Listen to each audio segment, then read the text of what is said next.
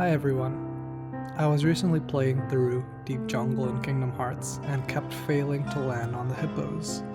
After the raging about how much I hate the level to myself, I started to wonder if you even need to jump to get through the level, and then the entire game. This was initially planned to be a no jump run, since I had no idea if it was at all possible, but it quickly became a run to see what the least amount of jumps needed to beat Kingdom Hearts 1 is.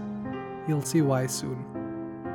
This video is inspired by Game Champ 3000's Level 1 Kingdom Hearts challenge videos, and his challenge videos in general. So the rules for the no jump run in Kingdom Hearts 1 are simple. I am not allowed to press the circle button to jump, and I must defeat Final Ansem. With that out of the way, let's start the run and jump right into it. Wait, let's start the run and not jump right into it. You know what I mean. So this is so sad. Literally, as you get control of Sora must jump, but wait, there's more. You need to jump for a second time, so we are a mission failed. But let's not dwell on that for too long. The new mission, what's the least amount of jumps needed to complete Kingdom Hearts 1? I chose the sword and gave up the wand, but you can choose whatever for this run since it's on beginner. I recommend beginner for the no jump run, and you'll see why soon. Beating Darkseid on beginner is an easy task, no real need to jump honestly. So Dive to the Heart has 2 jumps. After talking to Kairi, you need to find some materials. This isn't hard at all this time. One log is behind her on the beach. I guess she needs some glasses. Whatever you do, do not fall in there. You need to jump to get out. As for the log by Riku, you actually don't need to jump up and walk across the bridge. There's a ladder on the side of the little island, so that saves us from a jump at this time. Day 2 is really bad for the run. Before starting the race with Riku, you can get the 2 fishes, mushroom, and seagull egg in the first area. Get them now to avoid making an additional jump in case you go to talk to Kairi first. Unfortunately, you have to race Riku, and racing Riku will give you at least 4 jumps. 2 for these 2 grassy knolls to get to this star. You can fall onto the next knoll, 1 for when you need to jump to get over this platform, and 1 to end the race by jumping up. I tried running around the area, but it looks like the only way to end the race is by standing above it. The fresh water that our princess here wants instead of salt water should be picked up here, not in the first area, and you need to jump back above here to get it, since you need to talk to Kairi. So that makes 5 jumps due to Riku's race and Kairi's item collection. For the night of day 2, we have to get back to Riku's island with the ladder, but the ladder is missing, so we have to jump up.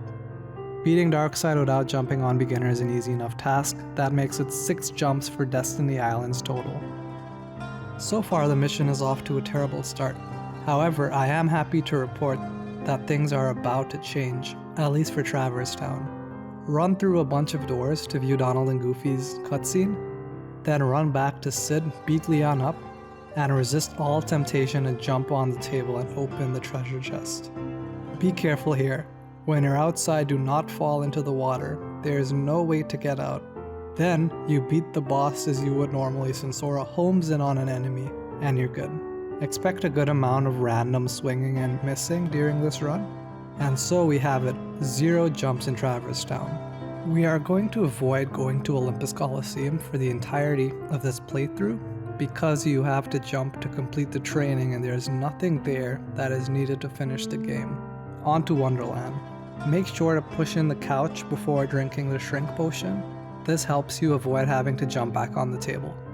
So the queen wants evidence, but it doesn't really matter because she makes you guess which box you collected, and you have to fight regardless of what box you choose. So Sora is a beast right now, on beginner mode, so there is no need to collect all the evidence. So 1 box is good enough. Of course, Goofy is captured, so you can rescue him. No jumping required. To turn on the lights, just clear all the enemies, run up to the top, and just run down. You'll end up landing where you want eventually. It may take a few tries, just have Sora's left foot hovering over nothing though. The second light can be touched by literally just running from the first fixture. Next, you'll have to run back to the queen through the Lotus Forest and prepare yourself for the boss with Trickmaster. Since you can't actually jump though, I suggested you visit Deep Jungle to get the longer and stronger Keyblade. Return to Wonderland after, since you don't have to go to Olympus Coliseum, and he'll go up a few levels before the big fight with Trickmaster anyway. Not that we need it. First we beat Discount Simba in the treehouse, and just run down here, and you won't have to go down the jungle slide. Now for the actual slides. For slide 2, you have to jump. You guys are going to hate this part, but you have to jump 4 more times.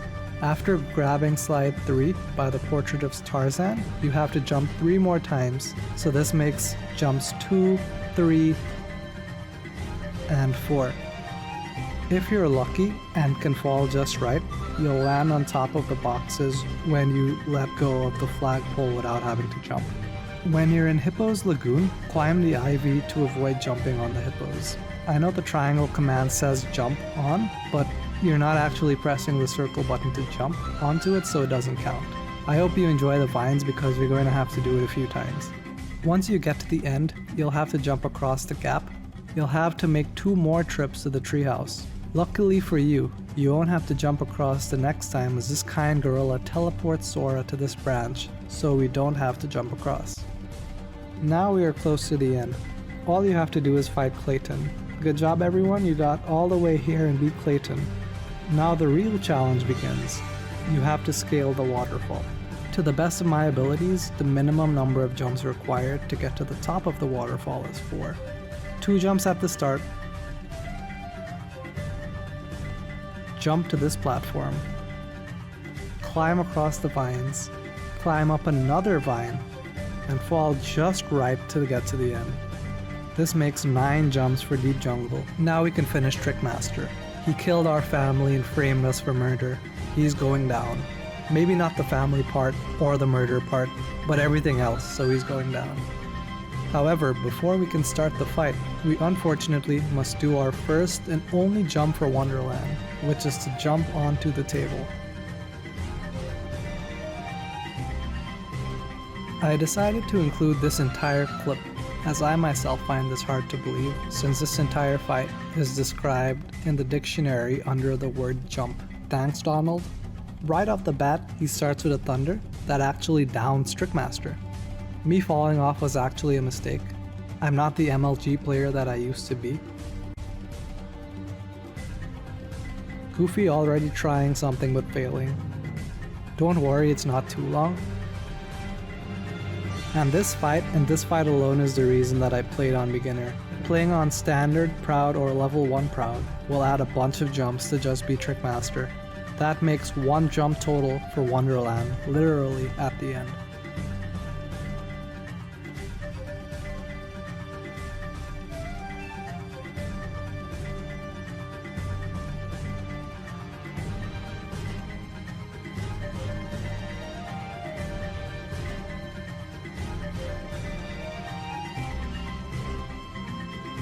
Trickmaster only lets you get 1 combo in.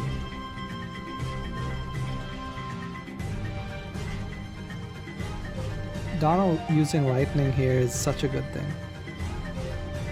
You can see I want to use the ether, but I just don't want to use it until he's down to 1 health bar.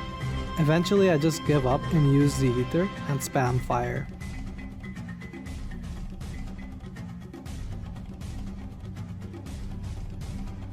I felt good having whittled down his health more, so I immediately used another ether.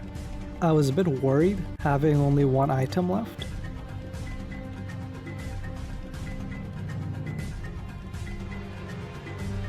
Now that I used the ether, I ran out of magic by using fire and I was panicking.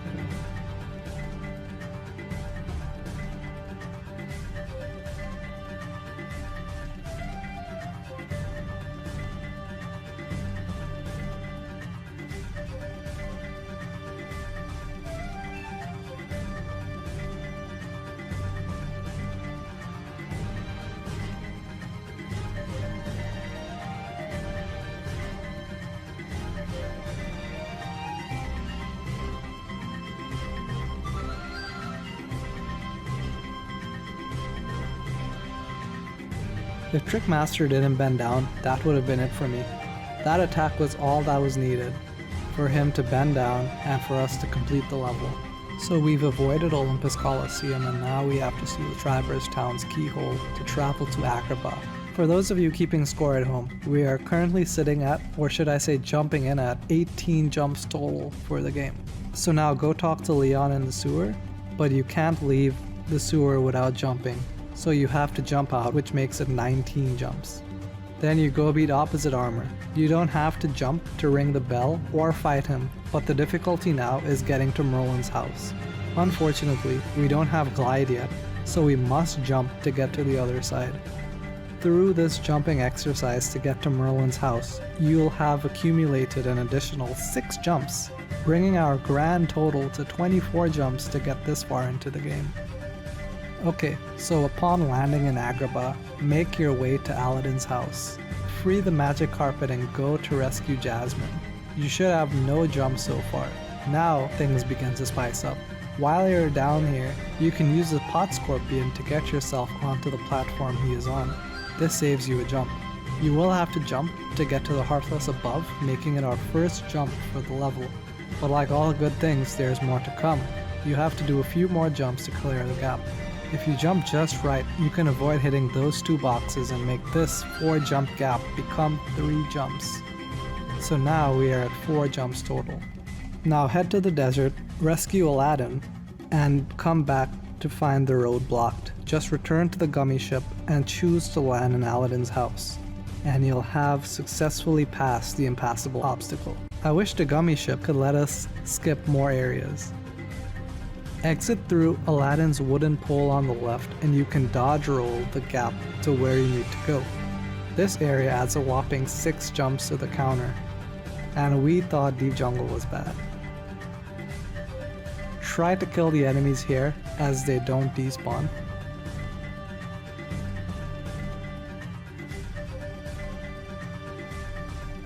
Once again, you'll have to go back to Aladdin's house, and unfortunately, do 1 jump to be able to get the pot centipede. I'm not sure if dodge rolling or walking off will work, as I haven't been able to get it to work, so I jumped. Run back to the desert and get ready to fight the lion head.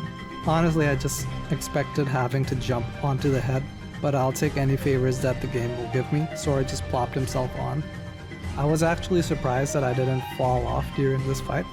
What's funny is to fight the boss, you don't have to jump, but once you beat him, you will need to jump to actually get into the Cave of Wonders. So we are at 12 jumps so far. Swim into the hidden room and destroy one of the pillars and finally come to this gap. Normally it requires 2 jumps, but if you position Sora at just the right distance, he'll stand with his left foot almost completely onto the air and be able to just barely make the jump. Remember your Wonderland training. Unfortunately, this adds another jump to the counter. It could have been worse though, we saved a whole jump. Having cleared the gap, we are now ready to fight Jafar. Honestly, I thought this would have doubled the Acrobat jumps, but I got lucky and he just stood there for a while and let me hit him, and I got a good amount of his health down. I really lucked out here. After beating Jafar, we have to do one last and final jump for Acrobat to rescue Jasmine. Jasmine really thinks she's all that making us jump more. That's right, you can beat the entire Genie Jafar fight without jumping. It does involve just waiting for Iago to come closer. It's more of a test of patience than skill, which you will see a lot of in this run. After all of that, Acrobat now has a grand total of 14 jumps. For those of you keeping score at home, we are currently sitting in at, or should I say jumping in at, 39 jumps for the game. Next time we will go to be eaten by Monstro. Thanks for making it this far into the video, guys. Don't forget to like and subscribe, and please share your thoughts below on if you think there are any improvements that I can make to have this run require even less jumps.